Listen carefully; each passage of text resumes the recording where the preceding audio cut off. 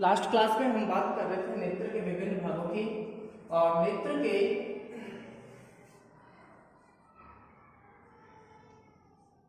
नेत्र के 4 पार्ट हम पढ़ चुके थे। नंबर 1 पढ़ा था श्वेत पटल। श्वेत पटल किसे कहते हैं? नेत्र के चारों ओर का अधिकांश भाग श्वेत अपारदर्शक होता है, जिसे श्वेत पटल कहते हैं। यह श्वेत पटल नेत्र की बाह्य आघातों से सुरक्षा प्रदान करने का काम करता है। दूसरा पार्ट आपने पढ़ा कॉर्निया। कॉर्निया किसे कहेंगे? नेत्र कोटर का 1/5वां भाग नेत्र गोलक से बाहर की ओर उभरा हुआ होता है, जिसे कॉर्निया कहते हैं। ये कॉर्निया होता है कैसा? पारदर्शी।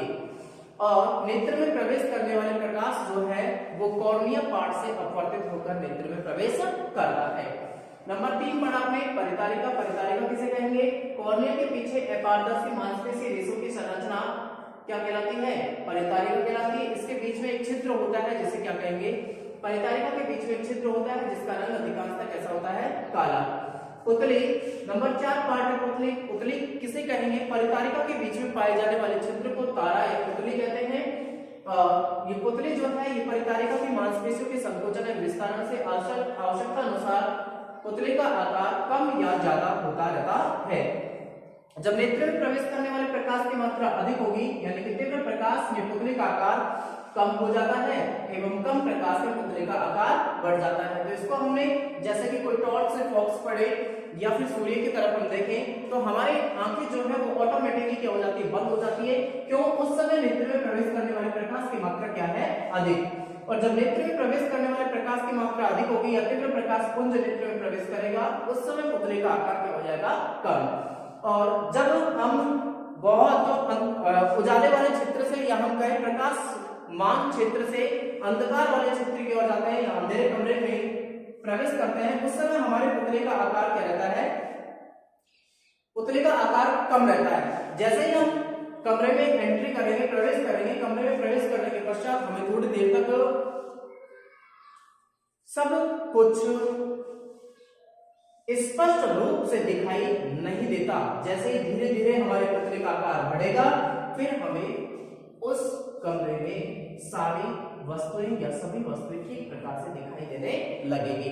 तो यही कारण है कि जब हम तीव्र प्रकाश से मंद प्रकाश में जाते हैं तो कुछ समय तक नेत्र ठीक से नहीं देख पाते और थोड़ी देर में पुतले का आकार बढ़ जाता है। जब पुतले का आकार बढ़ जाएगा तो हम वस्तुओं को ठीक प्रकार से स्पष्ट रूप से देख पाएंगे। नेक्स्ट नंबर पार्ट है नंबर 5 नेत्र लेंस।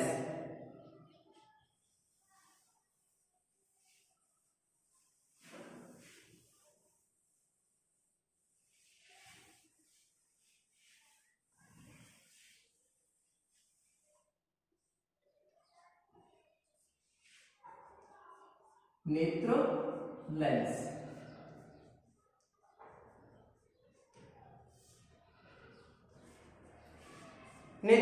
नेत्र लेंस क्या है? परितारिका के पीछे एक लचीले पारदर्शक पदार्थ का लेंस होता है जो मांसपेशियों की सहायता से अपने स्थान पर टिका रहता है। परितारिका के पीछे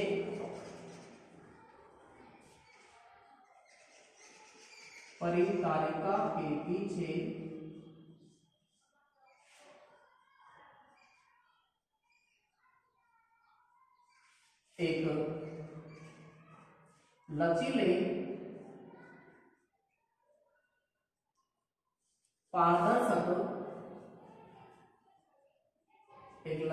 पारदर्शक पदार्थ का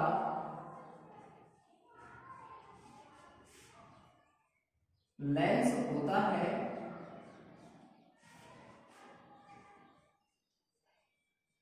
जिसे नेत्र लेंस कहते हैं।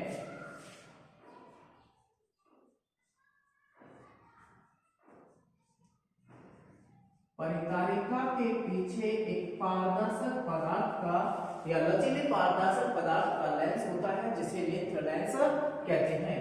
यह नेत्र लेंस मांसपेशियों की सहायता से यह नेत्र लेंस मांसपेशियों की सहायता से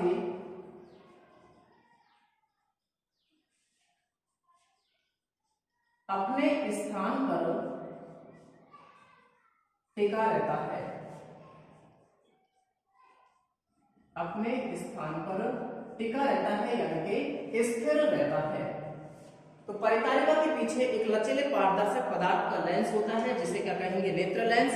यह नेत्र लेंस मांसपेशियों की सहायता से अपने स्थान पर टिका रहता है। कॉर्निया से जैसे ही अपवर्तित प्रकाश किरणें हैं वो रेटिना पर फोकसित करने के लिए मांसपेशियों के दबाव से इस लेंस की वक्रता त्रिज्या में थोड़ा परिवर्तन होता है। इससे बनने वाला प्रतिबिंब छोटा, उल्टा व कैसा होगा, वास्तविक।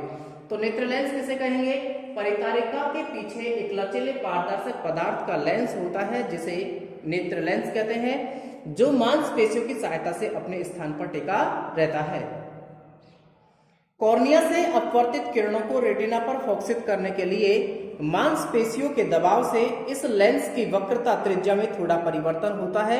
इससे बनने वाला प्रतिबिंब छोटा, उल्टा और कैसा होगा, वास्तविक। इसके बाद नेक्स्ट पार्ट आता है नंबर 6, जलीय द्रव।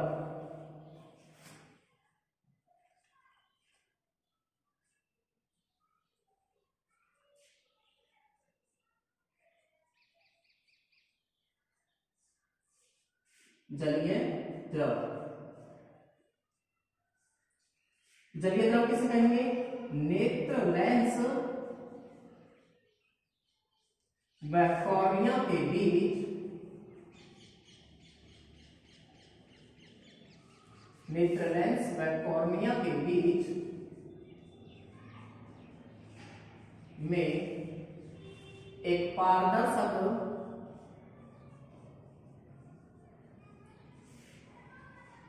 नेत्र लेंस व कॉर्निया के बीच में एक पारदर्शक द्रव भरा होता है जिसे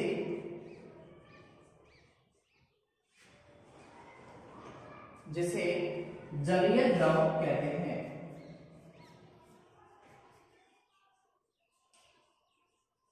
तो जलीय द्रव किस किस के बीच में होगा, नेत्र लेंस व कॉर्निया के बीच में एक पारदर्शक द्रव भरा होता है जिसे जलीय द्रव कहते हैं।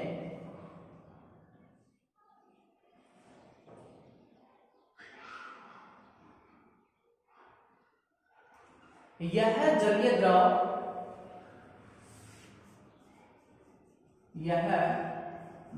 द्रव इस भाग में उचित दबाव, यह जलीय द्रव इस भाग में उचित दबाव बनाए रखने का कार्य करता है, उचित दबाव बनाए रखने का कार्य करता है ताकि नेत्र की आकृति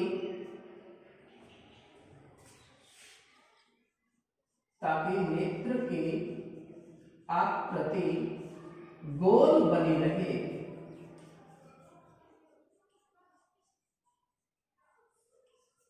जलीय द्रव नेत्र लेंस व कॉर्निया के बीच में एक पारदर्शक द्रव भरा होता है जिसे जलीय द्रव कहते हैं।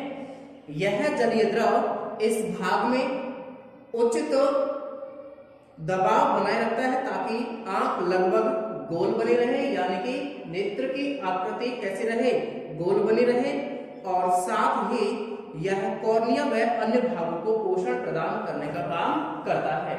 जलीय द्रव जो है इसका कार्य क्या है, कॉर्निया साथ ही यह कॉर्निया व नेत्र के अन्य भागों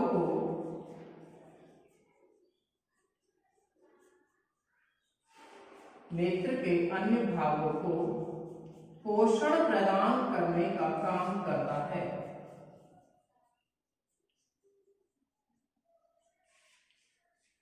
पोषण प्रदान करने का कार्य करता है।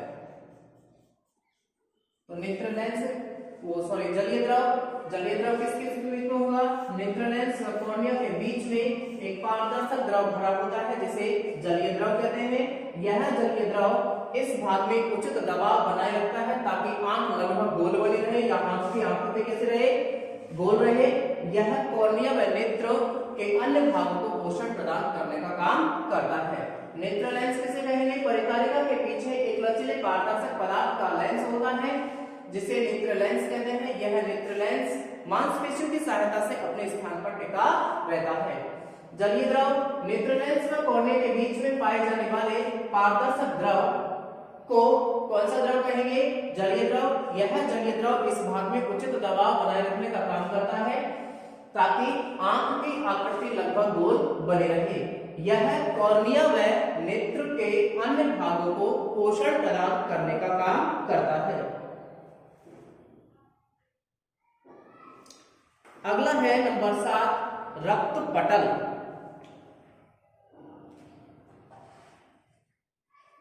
नंबर 7 रक्त पटल।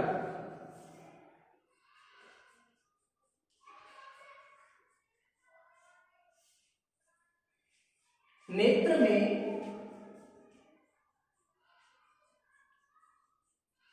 श्वेत पटल के नीचे नेत्र में श्वेत पटल के नीचे एक पतली झिल्ली नुमा संरचना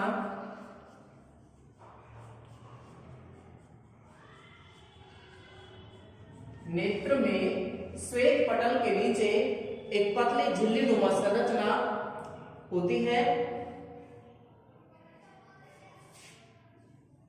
झिल्ली नुमा संरचना होती है। नेत्र में श्वेत पटल के नीचे एक पतली झिल्ली नुमा संरचना होती है जिसे रक्त पटल कहते हैं। तो रक्त पटल किसे कहेंगे? नेत्र में श्वेत पटल के नीचे एक पतली झिल्ली नुमा संरचना होती है जिसे रक्त पटल कहते हैं। यह रक्त पटल रेटिना को ऑक्सीजन व पोषण प्रदान करने का काम करता है। यह रेटिना को ऑक्सीजन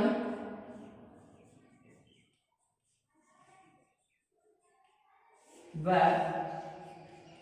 पोषण प्रदान करने का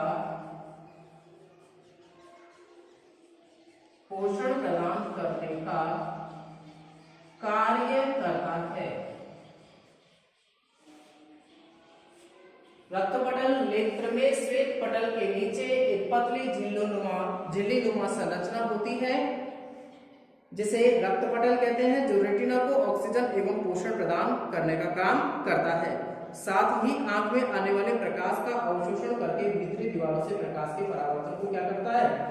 अवरुद्ध करने का काम करता है। रेटिना को ऑक्सीजन और पोषण प्रदान करने के अलावा ये काम करता है नेत्र में प्रवेश करने वाले प्रकाश का नेत्र में प्रवेश करने वाले प्रकाश का अवशोषण करके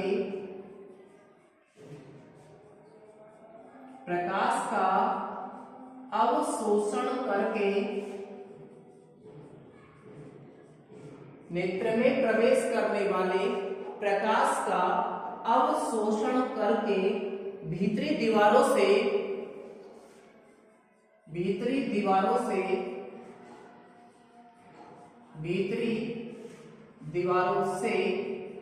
प्रकाश के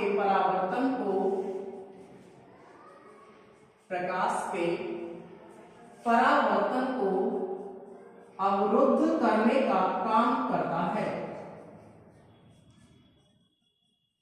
प्रकाश के परावर्तन को अवरुद्ध यानी कि रोकने का, अवरुद्ध करने का कार्य करता है।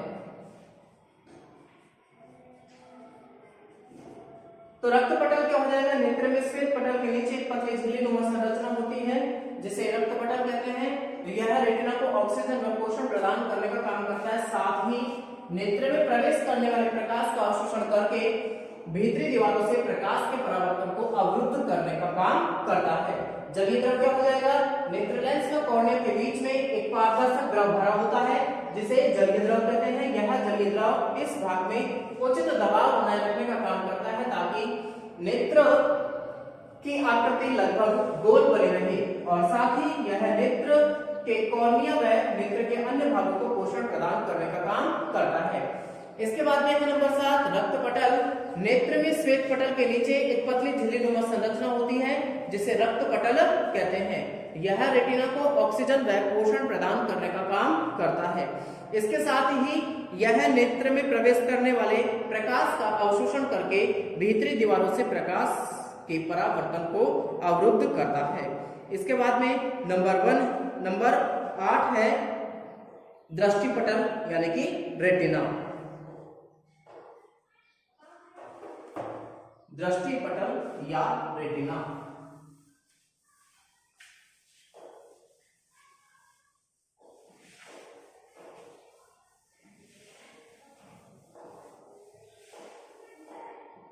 दृष्टि पटल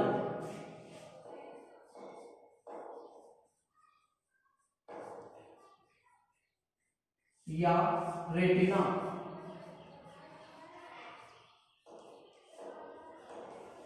नेत्र में रक्त पटल के नीचे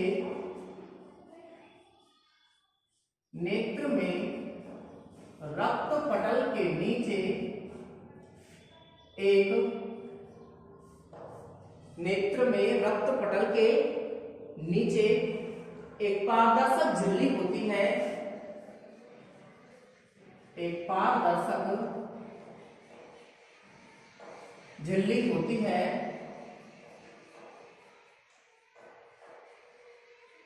जिसे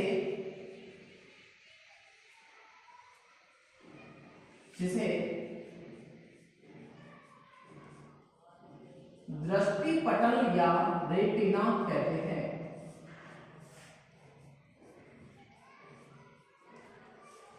जिसे दृष्टि पटल या रेटिना कहते हैं।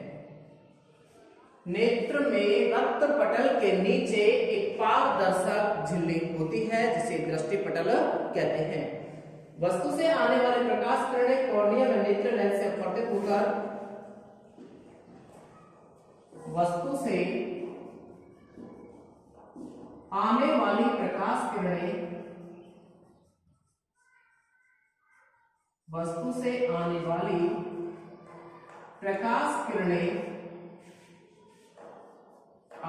प्रकाश किरणें नेत्र लेंस व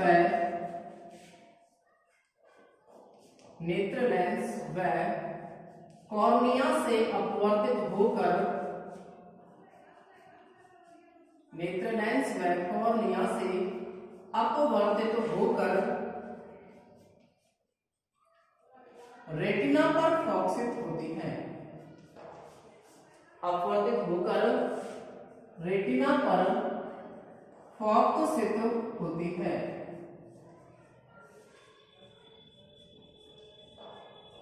वस्तु से आने वाली प्रकाश किरणें नेत्र लेंस व कॉर्निया से अपवर्तन के पश्चात रेटिना पर फोकसित होती है। रेटिना में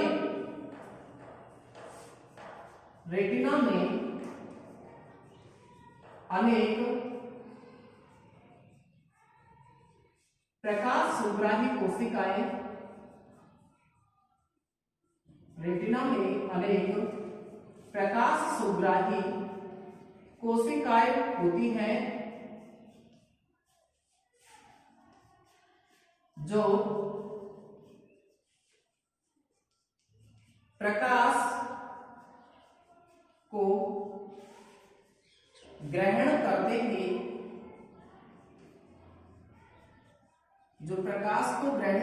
ही सक्रिय हो जाती हैं। रेटिना में अनेक प्रकाश सुग्राही कोशिकाएं होती हैं जो प्रकाश को ग्रहण करते ही या प्रकाश मिलते ही सक्रिय हो जाती हैं एवं सक्रिय हो जाती हैं एवं विद्युत सिग्नल उत्पन्न करती हैं एवं विद्युत सिग्नल उत्पन्न करती हैं।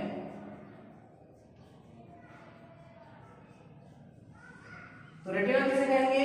नेत्र में रक्त पटल के नीचे एक पारदर्शक झिल्ली होती है जिसे दृष्टि पटल या रेटिना कहते हैं। वस्तु से आने वाली प्रकाश किरणें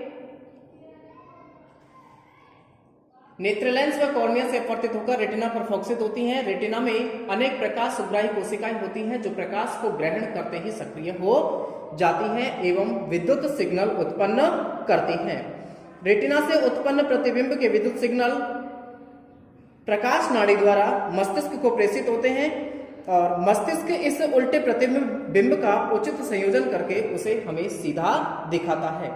इसके बाद में 9 नंबर पार्ट होगा काचाभ द्रव। नेत्र लेंस व रेटिना के बीच एक पारदर्शक द्रव भरा होता है जिसे काचाभ द्रव कहते हैं।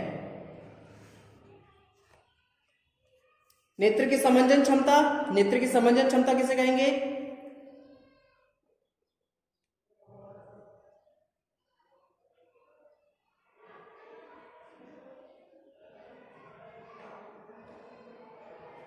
नेत्र लेंस की फोकस दूरी में स्वतः ही परिवर्तन होने की क्षमता को नेत्र की समंजन क्षमता कहा जाता है। और नेत्र का निकटस्थ बिंदु होता है 25 सेंटीमीटर व दूरस्थ बिंदु होता है अनंत, यानी कि नेत्र के निकटस्थ बिंदु 25 सेंटीमीटर व दूरस्थ बिंदु अनंत के मध्य का जो क्षेत्र होता है वो कहलाता है दृष्टि परास। निकटस्थ बिंदु 25 सेंटीमीटर होगा व दूरस्थ बिंदु कितना होगा? अनंत।